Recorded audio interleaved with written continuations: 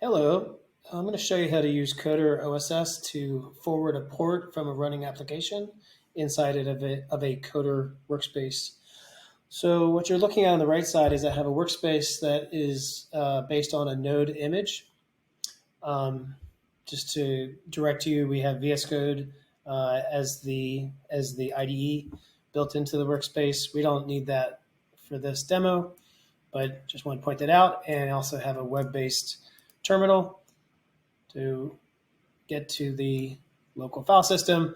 But I've already opened that on the bottom left, and I've started the Node application. You'll see it running on port 3000.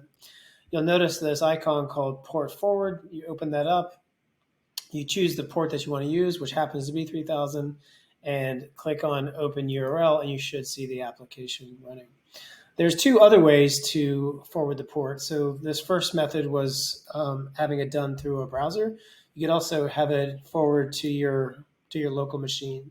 So one way you're seeing this is my local terminal on my local MacBook Pro. You first log into your Coder deployment, and then you run the Coder port forward command, giving the name of the workspace and the port to forward, which is 3000.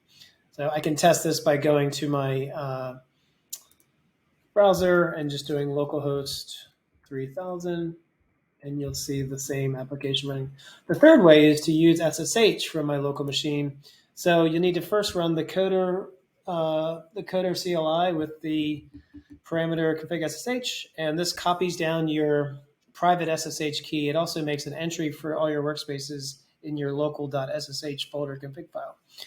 So once that's done, I can just use SSH-L, and I'm going to use the local port of 3001 because 3000 is being used by the previous method I showed you. So I'll do that. And then if I go back up to the browser window, change this to 3001, we should see it work.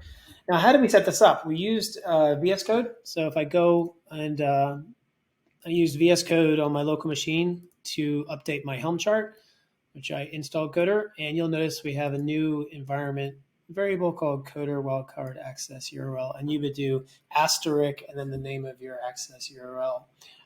In this case, I already have it configured to use TLS, so it's gonna share that same secret.